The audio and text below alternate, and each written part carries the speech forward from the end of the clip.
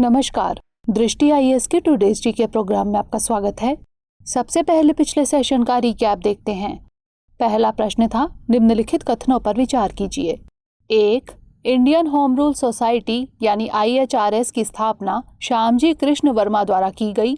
2. श्यामजी कृष्ण वर्मा द्वारा लंदन से Indian sociologist की शुरुआत की गई। उपर्युक्त में से कौन सा या से कथन गलत है या फिर है? इसका सही जवाब था ना तो 1 और ना ही 2। अगला प्रश्न था, निम्नलिखित कथनों पर विचार कीजिए। 1.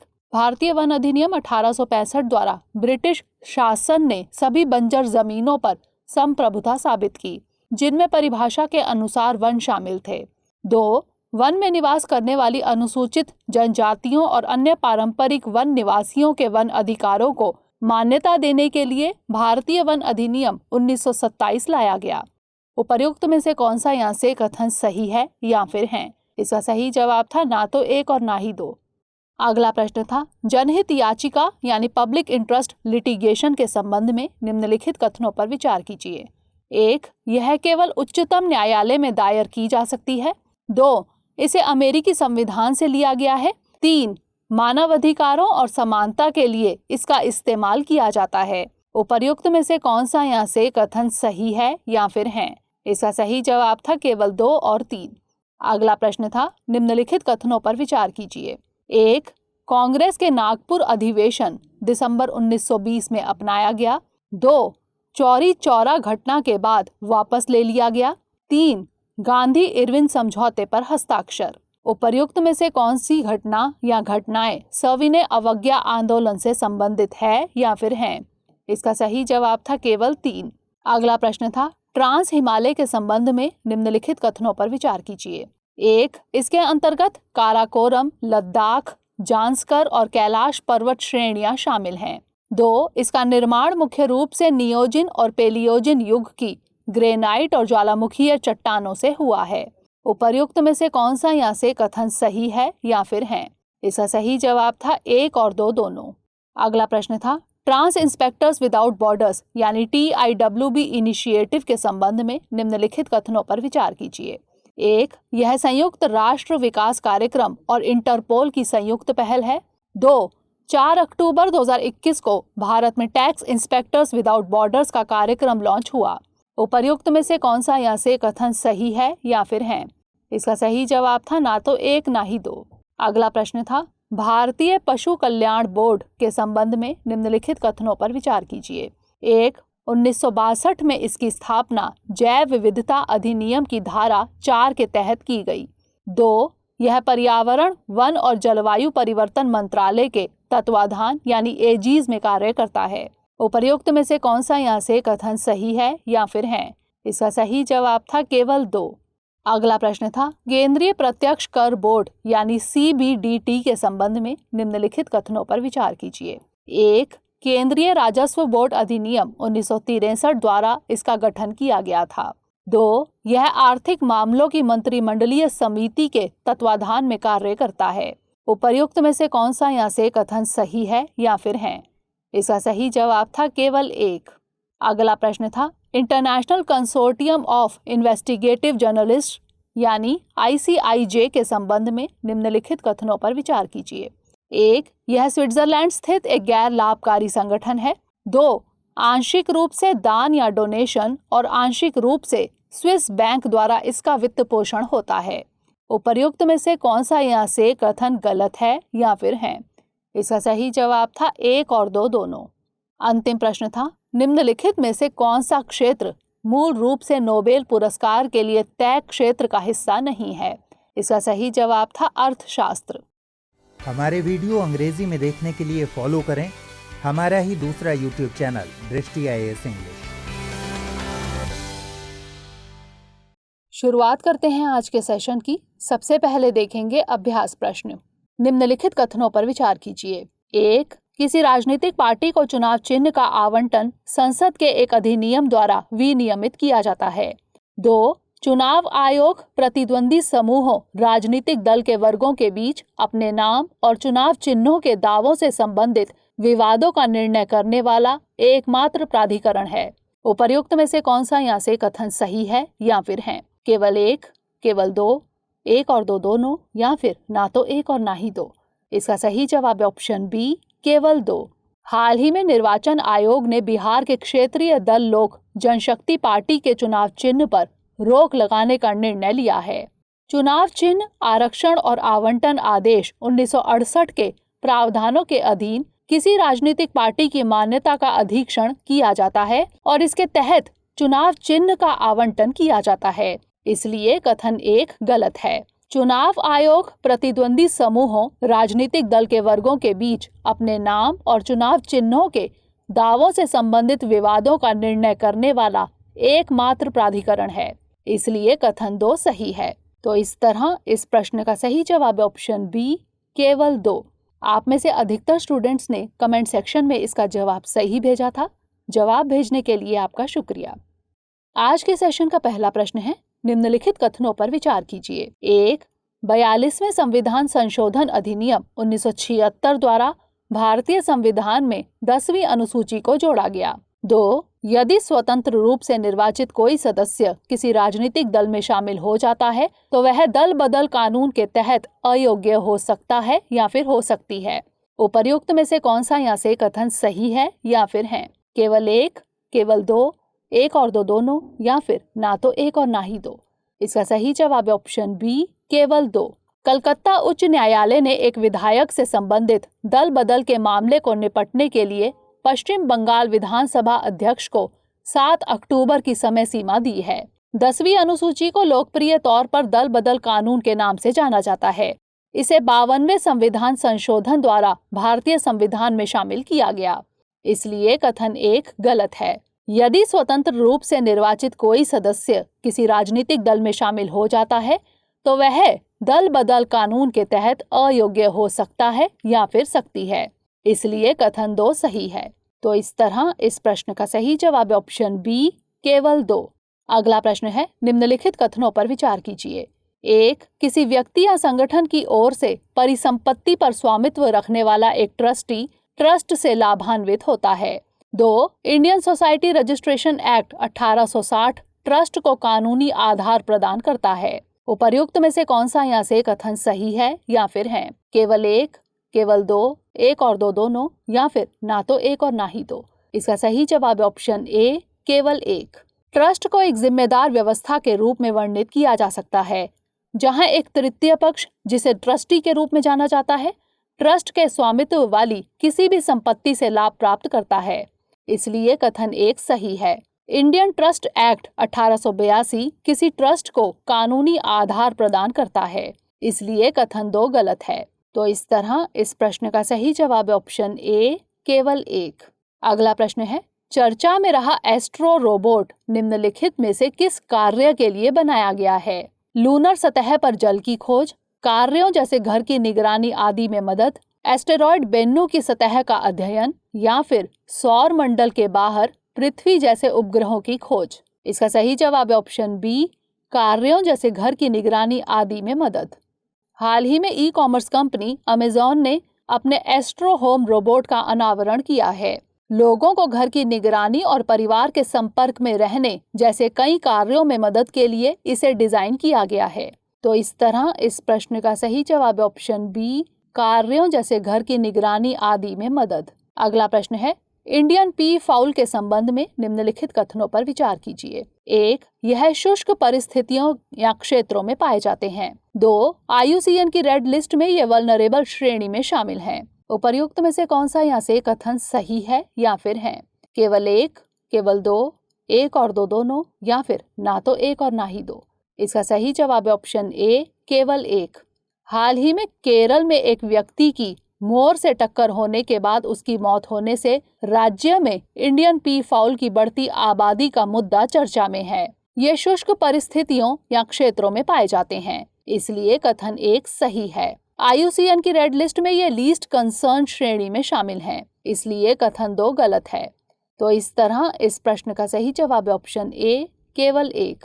अगला प्रश्न है, निम्नलिखित कथनों पर विचार कीजिए। सोमैटोसेंसेशन सेंसर और प्रेरक दोनों रूप में कार्य करने वाले प्रोटीन होते हैं। 2. मैकेनोसेंसिटिव चैनल स्पर्श, तापमान, शारीरिक स्थिति और दर्द की संवेदनाओं के लिए एक सामूहिक शब्द है। उपर्युक्त में से कौन सा या से कथन सही है या फिर है? केवल एक, केवल दो, एक और दो दोनों, या फिर ना तो एक और ना ही दो। इसका सही जवाब है ऑप्शन डी, ना तो एक और ना ही दो, यानी दोनों कथन गलत हैं। सोमैटोसेंसेशन त्वचा और कुछ आंतरिक अंगों में न्यूरल रिसेप्टर्स के माध्यम से महसूस किए जाने वाले स्पर्श, तापमान, शारीरिक स्थिति और दर्द की संवेदनाओं के लिए एक सामूहिक शब्द है। इसके अंतर्गत mechano reception, thermo reception, proprioception जैसी प्रक्रियाएं शामिल हैं। इसलिए कथन एक गलत है। मैकेनो सेंसिटिव चैनल सेंसर और प्रेरक दोनों के रूप में कार्य करने वाले प्रोटीन होते हैं। इसलिए कथन दो गलत है। तो इस तरह इस प्रश्न का सही जवाब है ऑप्शन डी, ना तो एक और ना ही दो। अगला प्रश्न है, आयुष्मान भारत प्रधानमंत्री जन आरोग्य योजना यानी ABPMJAY के संदर्भ में निम्नलिखित कथनों पर विचार कीजिए। एक, स्वास्थ्य लाभ पैकेज यानी HBP 2.2 में कुछ स्वास्थ्य पैकेज की दरें 20 से 100% तक बढ़ा दी गई हैं। 2, HBP 2.2 में ब्लैक फंगस से संबद्ध एक नया मेडिकल प्रबंधन पैकेज जोड़ा गया है। उपर्युक्त में से कौन सा या से कथन सही है या फिर है? केवल एक, केवल दो, एक और दो दोनों, या फिर ना तो एक और ना ही दो। इसका सही जवाब है ऑप्शन बी, केवल दो। ABPMJAY को लागू करने वाली संस्था राष्ट्रीय स्वास्थ्य प्राधिकरण यानी NHA ने स्वास्थ्य लाभ पैकेज यानी HBP में संशोधन किया है।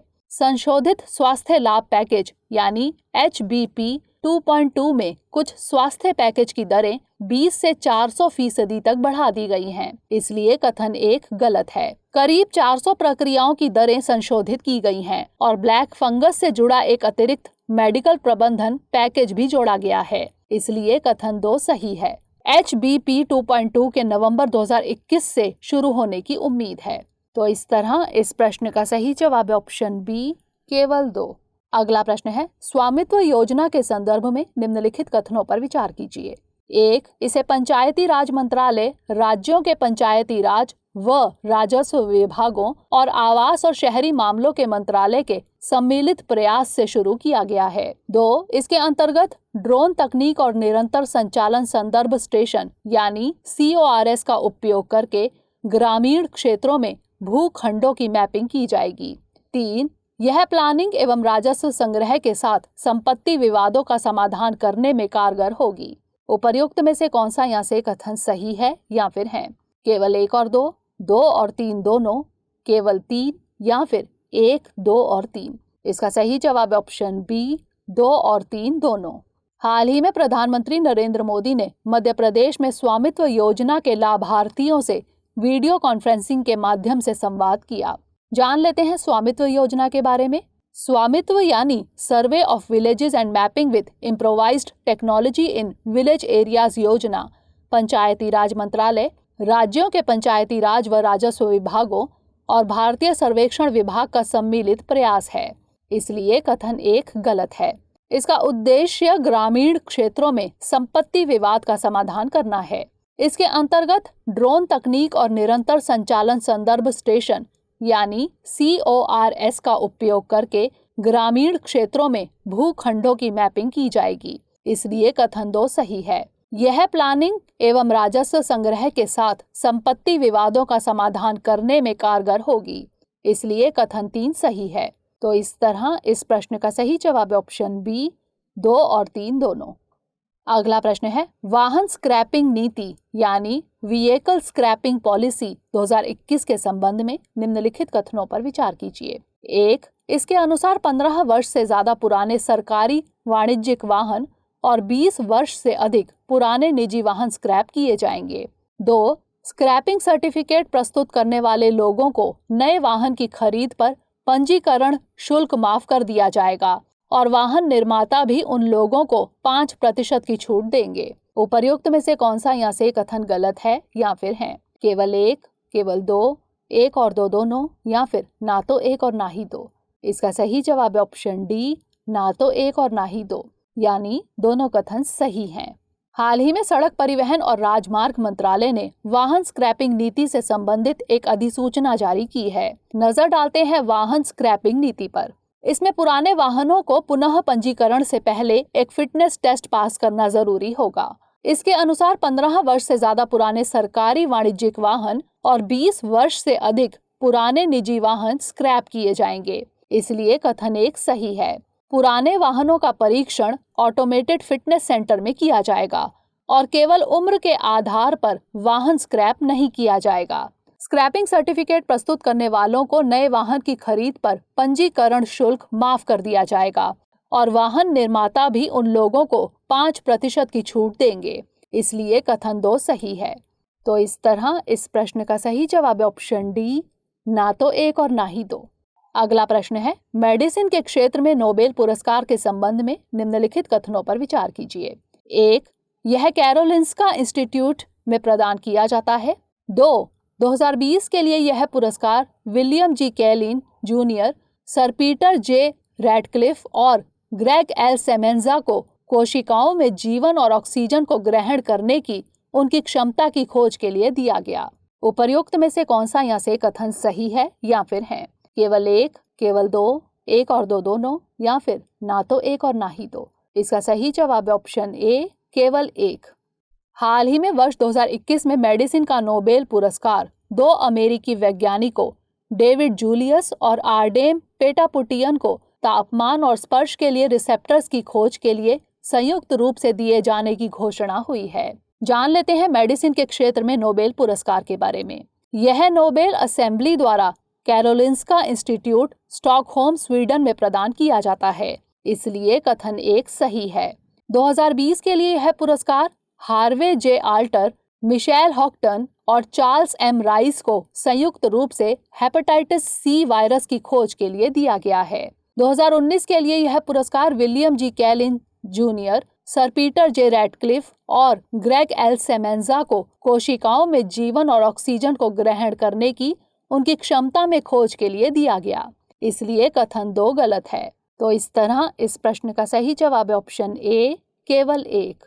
अंतिम प्रश्न है, state of the world children 2021 report के संबंध में निम्नलिखित कथनों पर विचार कीजिए। 1. इसके अनुसार भारत में 15 से 24 आयु वर्ग के लोगों में से लगभग 14% ने खुद को अवसादग्रस्त महसूस किया या कार्यों में उनकी बहुत कम दिलचस्पी रही।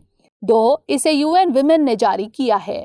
उपर्युक्त में से कौन सा यहाँ से कथन सही है या फिर है? केवल 1, केवल 2, 1 और 2 दोनों, या फिर ना तो 1 और ना ही 2। इसका सही जवाब है ऑप्शन ए, केवल 1। हाल ही में नई दिल्ली में केंद्रीय स्वास्थ्य और परिवार कल्याण मंत्री मनसुख मांडविया ने यूनिसेफ की global flagship publication state of the world children 2021 report जारी की है। इसलिए कथन 2 गलत है। रिपोर्ट बच्चों के मानसिक स्वास्थ्य पर कोविड-19 महामारी के प्रभावों पर प्रकाश डालती है।